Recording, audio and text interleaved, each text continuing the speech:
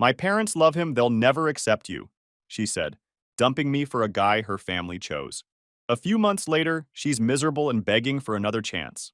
Sup Reddit. Never thought I'd be airing relationship drama here.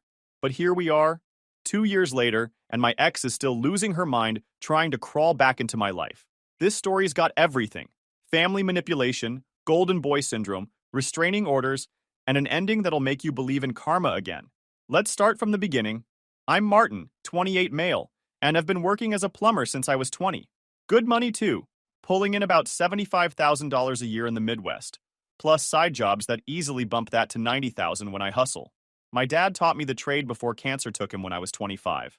Real salt of the earth type who always said, measure twice, cut once, and never let anyone make you feel small for honest work. 5 years ago, I met Sloan at a community college welding class. Yeah, I know. A plumber taking welding classes sounds like overkill, but I like learning new skills that make me more money. Sloan was 24, brunette, cute in that girl next doorway.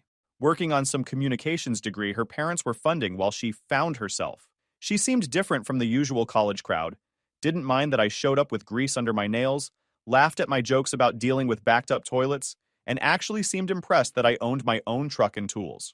My truck at the time was a 2018 F-150, fully loaded with a tool bed I'd custom-built myself. It was paid off and earned me a living. Sloan would always comment on how practical and responsible I was compared to other guys her age. We'd grab coffee after class, and she'd complain about her uptight family. Her parents weren't rich, but they sure as heck acted like they were.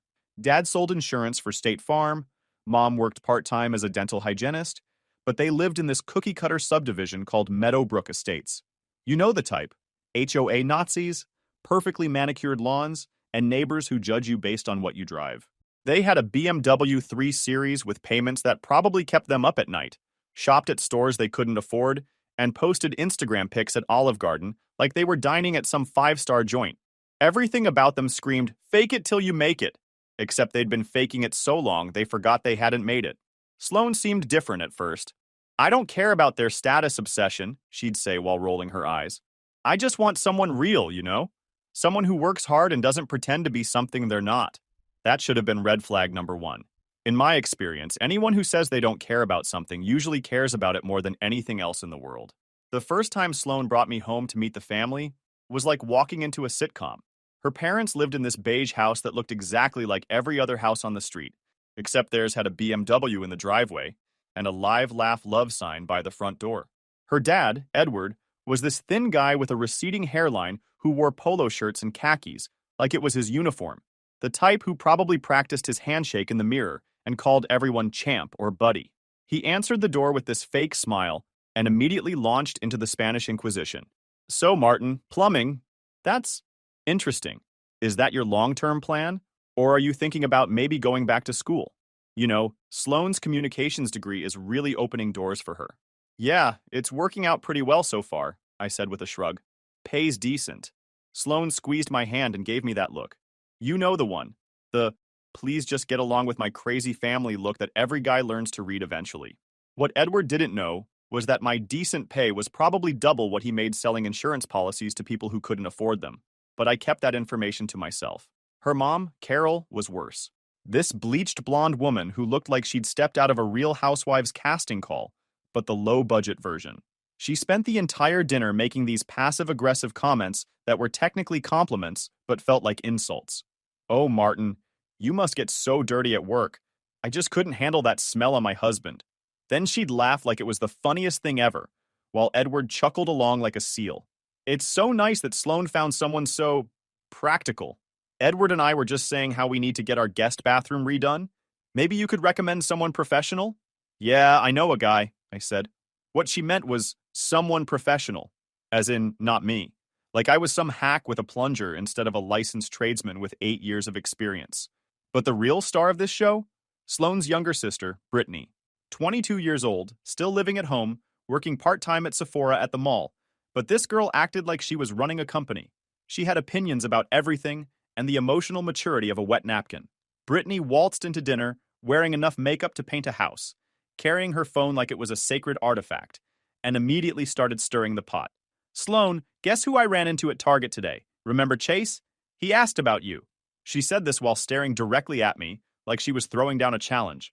Sloane went red. Brittany, stop it. I'm with Martin now. I'm just saying he looks amazing. Did you know he just got promoted to assistant manager at Morrison Motors? His dad's dealership. That's like really impressive. And he drives that new Camaro now. So cute. This is when I learned about the golden boy.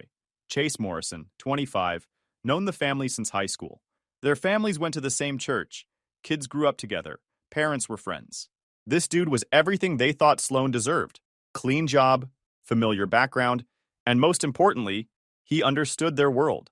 Chase looked like every generic white guy in a stock photo advertising life insurance. Medium height, brown hair, bland face that screamed, "I peaked in high school, but I'm still coasting on that confidence." The dinner went on like this for 2 hours. Every conversation somehow circled back to Chase. His job, his car, his family, his potential. Meanwhile, I sat there eating overcooked chicken and listening to them treat me like I was some charity case Sloane had picked up. When we finally left, Sloane apologized. "They're just protective. They'll warm up to you, I promise." But driving home, I had this sinking feeling that I'd just gotten my first real look at what I was up against. This wasn't about me not being good enough. This was about them having already picked out Sloane's husband, and I was just some inconvenient detour in their master plan. For the next 3 years, I played the long game because I thought Sloane was worth fighting for. We moved in together to a decent 2-bedroom apartment that I could afford without stretching my budget. She was still in school, so I covered most of the bills without complaint. That's what you do when you love someone, right? Wrong. My best friend Daniel tried to warn me from the beginning. Daniel's this stocky Italian guy who runs his own HVAC business. He's got this way of seeing through people's nonsense that's almost supernatural. He would come over on Friday nights, see Sloane getting dressed up for another family dinner, and just shake his head while grabbing a drink from the fridge. "Bro, you're fighting a war you can't win," he'd say. "They've been planning their next 10 moves since before you even sat down at the board." Daniel had been married once, to a woman whose family treated him the same way. Spent 3 years trying to prove himself before she left him for some accountant. But I kept thinking if I proved myself, worked harder, treated Sloane right, saved money, showed them I was serious about their daughter, they'd eventually come around. Man, I was such an idiot. So, here's what Captain Save-A-Ho did. I started picking up extra weekend jobs, side gigs, anything to build up my savings for a ring.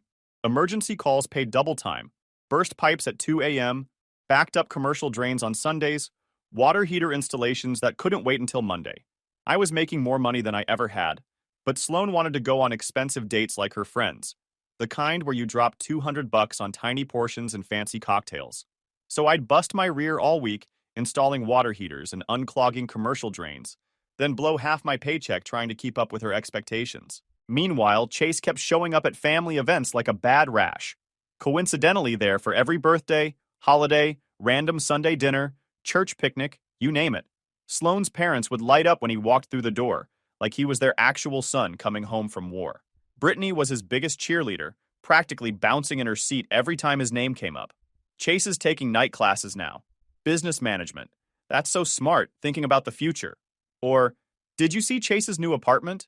It's in that nice complex by the mall. So sophisticated. The worst part was watching Sloane slowly start parroting their nonsense. It started small, little comments here and there. "Martin, maybe you should think about going back to school. It might open up opportunities. My dad thinks you should consider a more professional career path, something with growth potential." Chase was telling us about his 5-year plan. "Do you have any long-term goals beyond plumbing?"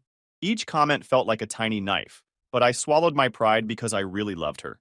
I even looked into night school programs, thinking maybe if I got some business degree, they'd finally see me as worthy of their precious daughter. Daniel watched this happening and started inviting me out more. Anything to get me away from that toxic environment and remind me who I was. He never said, "I told you so," or tried to play therapist. Daniel's not that type. Instead, he'd just be there, solid and reliable, letting me vent while we worked on his boat or helped each other with job sites. The breaking point started when Sloane began spending more time at her parents' house, coming home with this weird attitude, like she was building up courage for something. She'd look at me differently, not with love or even annoyance, but with this calculating expression I'd never seen before. I should have known then that the fix was in, but I was too busy trying to be good enough for people who had already decided I never would be. The end came on a Thursday in July. I remember because I'd just finished a brutal job, Some genius at an apartment complex had tried to flush a diaper down the toilet and backed up the entire building system. It took me 6 hours crawling through a basement that smelled like death, but I walked away with $800 for one day's work. I came home expecting maybe a drink, a shower, and some time with my girlfriend. Instead, I found Sloan and Brittany sitting on my couch like they owned the place. Sloan was wearing this outfit I'd never seen. Brittany was practically vibrating with excitement, scrolling through her phone but clearly waiting for the show to start. Sloan had been packing. I could see boxes in the hallway that hadn't been there that morning. "Martin, we need to talk," Sloan said, without even looking up. I set down my tool bag. Something in her voice, the way she was sitting with her arms crossed, how Brittany kept smirking at her phone. "I've been doing a lot of thinking about us, about my family, about what I want for my future." She paused, like she was delivering a speech she'd practiced in the mirror. "They're never going to accept you, Martin. And honestly, I can't keep fighting them anymore. It's exhausting." I waited, feeling that familiar rage building but keeping it locked down. "Chase and I have been talking more lately. He gets it. The pressure, the expectations, what it's like to be part of our community. It's just easier." Right. Brittany couldn't contain herself anymore. "Sloan deserves someone who fits in, Martin. Chase is already talking to Dad about taking over the dealership when his father retires. That's real security. That's a future." I looked at Sloan. She nodded along like Brittany was making perfect sense. "I deserve to be happy without all this conflict," Sloan continued. "My parents are right. Dating outside our circle just complicates everything. You're a good guy, Martin, but let's be realistic here. You'll never fit in at family dinners or nice vacations. It's awkward for everyone. 4 years together, 2 years living together. And she was talking about me like I was some failed experiment that hadn't worked out. I mean, look at you right now," Brittany added with this cruel laugh. "You smell terrible and you're getting our couch dirty. Chase would never come home looking like that." That's when I noticed Chase's Camaro in the parking lot. He'd been waiting outside, probably texting Brittany play-by-play updates. "You're absolutely right," I said quietly. Sloane's mouth dropped open. "Excuse me? Get your stuff and leave. Both of you." "Martin, you don't understand." "Nah, I get it. You want easy? Go get him. Just not from my place." Brittany jumped up. "You can't just throw her out. This is her home too." "Actually, Brittany, this is my apartment. Sloane's name isn't on anything because she's been playing house instead of paying bills." Sloan went pale. I think this was the first time it hit her that she'd been living in my world, not ours. "Seriously? You're not even going to fight for us? Is it that easy for you to just throw me away?" "Fight for what? You just told me I'm an embarrassment." "But I thought we've been together for 4 years." "And," Brittany interrupted, "Chase would fight for Sloan. He'd prove himself, do whatever it takes. You're just giving up. Brittany, you live in your parents' basement and sell lipstick at the mall. Maybe sit this one out." Her face went red. "You jerk." "Sloan, pack your things. 30 minutes, then I want you both out." "Where am I supposed to go?" "Ask Chase." Problem solved. The guy was standing in my living room when I came back from the bedroom, like he owned the place. Same smug expression, same backwards baseball cap, same attitude that made you want to knock his teeth out. "Hey, Martin, no hard feelings, right? Sloan and I just have more in common." "Sure thing, champ." As they were loading boxes into Chase's car, Sloan turned back one last time. "This is for the best, Martin. You'll find someone more compatible. Compatible. Like I was a software update that didn't work with their operating system." I watched them drive away, then called Daniel. "It's over. They're gone." "Yes, sir. I'll be there in 20 with food and drinks." That's brotherhood right there. The next few weeks were darker than I want to admit. Getting dumped because you're not good enough for someone's fake family? That cuts deeper than you'd think. But I didn't wallow. Couldn't afford to. I threw myself into work because it was the only thing that made sense anymore.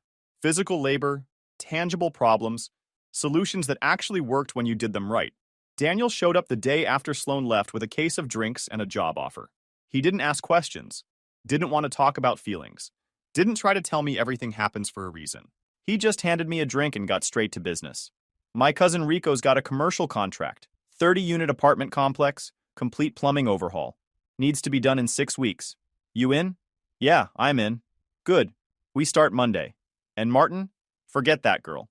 You're better off." That was it. The job was brutal. 18-hour days, crawling through basements and ceiling spaces, replacing pipes that hadn't been updated since the Carter administration. But it kept my hands busy and my mind off Sloan's betrayal. And the money was incredible. Almost 15 grand for 6 weeks of work. I moved to a smaller apartment across town. No more worrying about matching furniture or keeping things clean enough for surprise visits from the parents-in-law from heck. I bought a leather couch that was actually comfortable instead of stylish, a 60-inch TV for watching football, and a recliner that was specifically designed for guys who work with their hands. The money from Rico's job was good, really good. Enough to start thinking about buying my own place, instead of throwing rent money into someone else's pocket every month. Daniel and I started hanging out more regularly. Friday night pool at Murphy's, weekend poker games with his crew from the HVAC world, occasional fishing trips when we could both get away from work. These guys didn't give a darn about what your girlfriend's parents thought of you. They cared about whether you could do the job, whether you paid your debts, and whether you could hang when things got tough. Murphy's became my second home. Big Mike would have a drink waiting for me before I even asked, and the regular crowd started treating me like family. It was refreshing as heck. No pretense, no judgment, just guys being guys and supporting each other. About 6 months after the breakup, I started dating again. Nothing serious, just casual stuff with women who appreciated a guy with a steady job in his own place. But the real game changer was Ashley. I met her at a hardware store on a Saturday morning. She was trying to figure out how to fix a leaky faucet in her apartment, and I offered to help. She was down to earth, pretty in a natural way that didn't require 3 layers of makeup. Ashley's parents were normal people. Her dad was a retired electrician who respected what I did for a living.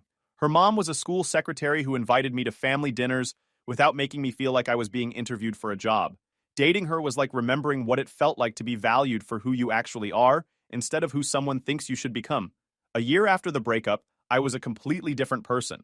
Leaner from all the physical work, bank account healthier than it had been in years, social life that didn't revolve around impressing people who would never be impressed. That's when the karma started rolling in, and it was more beautiful than I could have imagined. About 18 months after Sloan walked out of my life, Daniel showed up at my new place with information and the biggest grin I'd ever seen. I'd bought a small house by then, 3 bedrooms, 2 baths, garage big enough for all my tools and Daniel's boat when he needed storage. Bro, you need to hear this. He cracked open a drink and settled into my new couch like he was getting ready to tell the story of the century. Remember Chase the Golden Boy? I was rebuilding my kitchen sink and barely looked up. What about him? Rico's buddy works at Morrison Motors. Says Chase is a complete disaster. Now he had my attention. Apparently, once Chase won Sloan, the mask came off real quick. Kid's lazy as heck, entitled beyond belief, figured he'd coast on his family connections for the rest of his life. Daniel pulled out his phone and showed me some social media screenshots. Pictures of Chase and Sloan at restaurants, vacation spots, looking like the perfect couple Sloan had always wanted to be part of. But if you looked close, you could see the strain in Sloan's eyes, the forced smile that didn't reach her face. But here's the beautiful part, Daniel continued. Chase's promotion at Daddy's dealership lasted exactly 6 months before they quietly moved him to washing cars in the back lot. The kid couldn't handle basic customer service, kept making potential buyers angry, and got caught sleeping in the office during his lunch breaks. I had to stop working and pay full attention, because this was getting good. It gets better. This guy started treating Sloan like his personal servant the second she moved in with him. Cooking, cleaning, doing his laundry, handling all the adult responsibilities while he plays Xbox and hangs out with his buddies. The irony wasn't lost on me. Chase has been asking Edward for money constantly. Can't make his car payments. Turns out that Camaro was leased and he couldn't afford it. Wants Edward to co-sign loans, pay for his night school classes, cover his credit card bills. The same family that thought you weren't good enough financially is now dealing with their golden boy treating them like a personal ATM. The poetic justice was beautiful. They'd traded a guy who worked his rear off and paid his own bills for a lazy mama's boy who treated Sloan like a maid and them like a bank. But wait, there's more, Daniel said, clearly enjoying himself. Carol's been complaining to anyone who'll listen at church about how disrespectful Chase is at family dinners. Shows up late, doesn't help with dishes, talks back to Edward when he tries to give him advice. I had to laugh. The same parents who'd spent 4 years making me feel like my job wasn't good enough were now dealing with their precious boy insulting their own careers. Wait for the real bomb. Brittany? Hey boy. She's been flirting with Chase since day one. You can't be serious. Dead serious. Sloan caught them texting, and there was this huge fight at a family barbecue. Everyone knows she's trying to steal her sister's boyfriend. That was the cherry on top. The same sister who'd helped convince Sloan to dump me was now trying to poach the guy Sloan had dumped me for. Wait, how the hell do you know all this? I asked. Rico's girlfriend works with Carol at the dentist office.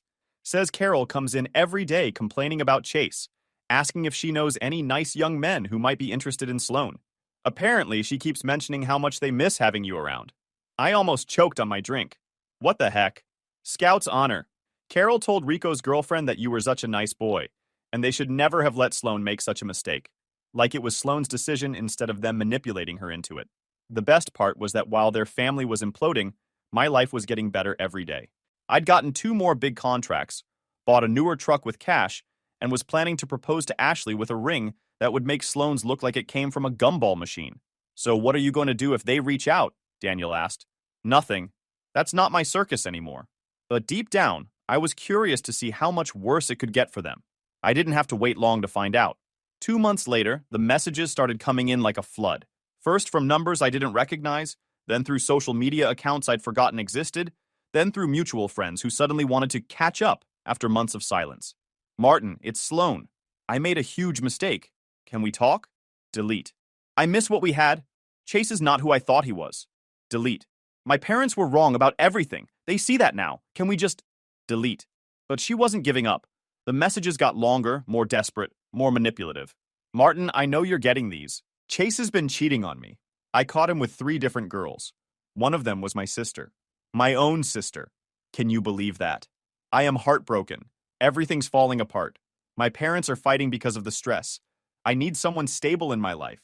I need you. Please call me. That stopped me cold. This was better than any soap opera I'd ever seen. I showed the message to Ashley, who was making dinner in my kitchen. Holy cow, your ex is completely nuts. Ashley found the whole situation hilarious instead of threatening, which was one of the many reasons I was falling hard for her. The mutual friends started calling next. Ellie, who I hadn't heard from since the breakup, suddenly needed to catch up over coffee. Sloane's really sorry, Martin. She realizes what she lost. Chase has been treating her like garbage, cheating constantly, spending her money. Her parents are devastated. Can't you find it in your heart to forgive her? Nope. But she was young and stupid. Her family pressured her. You guys were so good together. Nope. Come on. Don't you miss what you had? What we had was her family treating me like dirt for 4 years, while I paid all her bills. So no. Then came Edward himself. The same man who'd spent 4 years making me feel like I wasn't good enough for his precious daughter was now calling my work phone trying to get me to come back. Martin, son, we made a terrible mistake. Chase has been awful to Sloan. We should never have interfered in your relationship. Can you come to dinner this Sunday? We miss having you around. No thanks. But Martin, you were like a son to us. I hung up. Carol was next, calling while I was having dinner with Ashley's family, people who'd accepted me immediately because their daughter was happy. Martin, dear, please don't hang up. We were so wrong about everything. Chase has been a disaster. He quit his job. He's living off Sloane's credit cards. He's been cheating with multiple women, including our own daughter, Brittany. Our family is falling apart. Sloan needs someone stable. Someone like you. I'm with someone else now. What? But what about all the history you two have? All those years together? You can't just throw that away for some random girl. Like I was supposed to sit there waiting for your princess to come back. Excuse me? Nothing. Bye, Carol. I hung up, but Sloan wasn't done. When the calls and messages didn't work, she escalated to showing up places. My job sites, my house, the bar where Daniel and I played pool, each time more desperate, more manipulative, more entitled. The breaking point came when she showed up at Ashley's hospital during her shift, trying to cause a scene in front of her coworkers.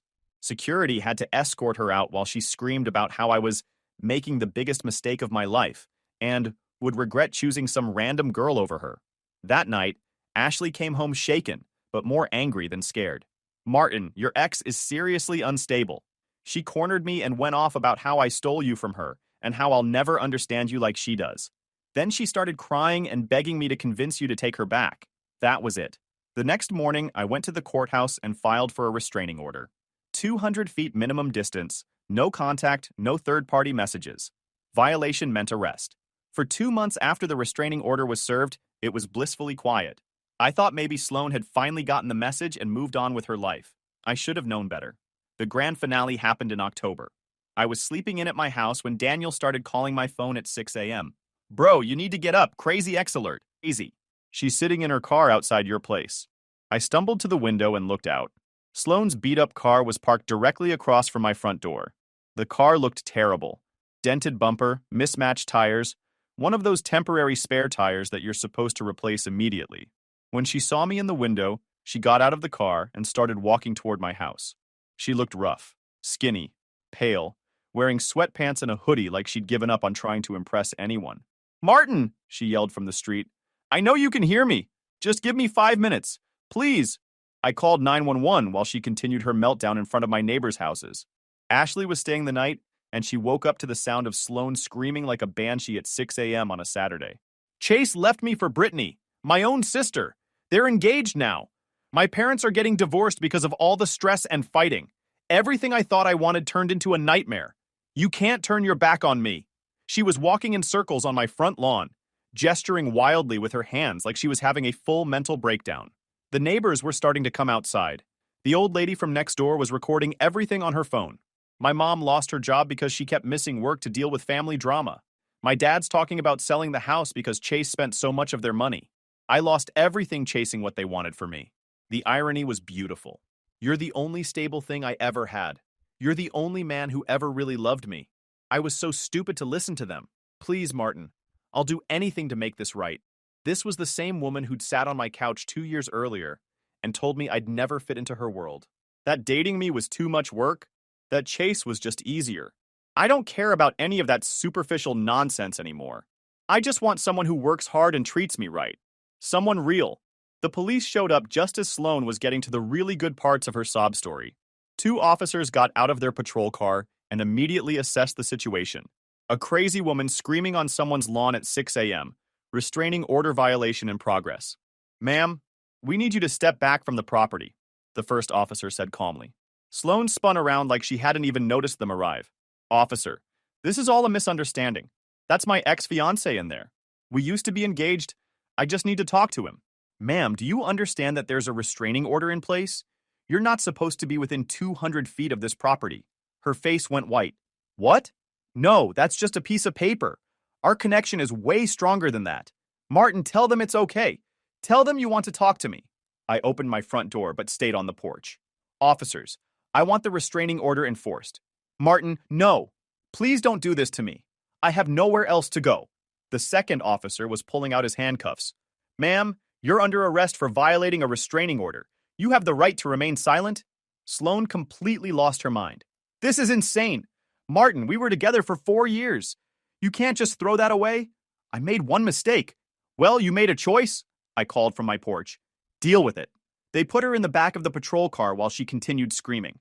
Ashley came out onto the porch in her robe and watched the whole show with this expression of pure disbelief. "Good grief, Martin. How did you deal with that level of crazy for 4 years?" "I didn't know it was crazy at the time." As the police car drove away with Sloan in the back, Daniel showed up with coffee and donuts, grinning like it was Christmas morning. "Dowd, I've been sitting in my truck around the corner for 20 minutes watching this show. I recorded the whole thing. Best entertainment I've had all year." Over donuts and coffee on my front porch, Daniel filled me in on the rest of the story. Apparently, while Sloan had been obsessing over getting me back, Chase had been destroying everything she thought she wanted. He'd quit his job at the dealership after his dad got tired of his attitude and laziness. Started living off Sloan's credit cards and what little savings she had left. When that ran out, he moved on to manipulating her parents for money, creating massive fights between Edward and Carol about their finances. The final straw came when Brittany decided she wanted Chase for herself.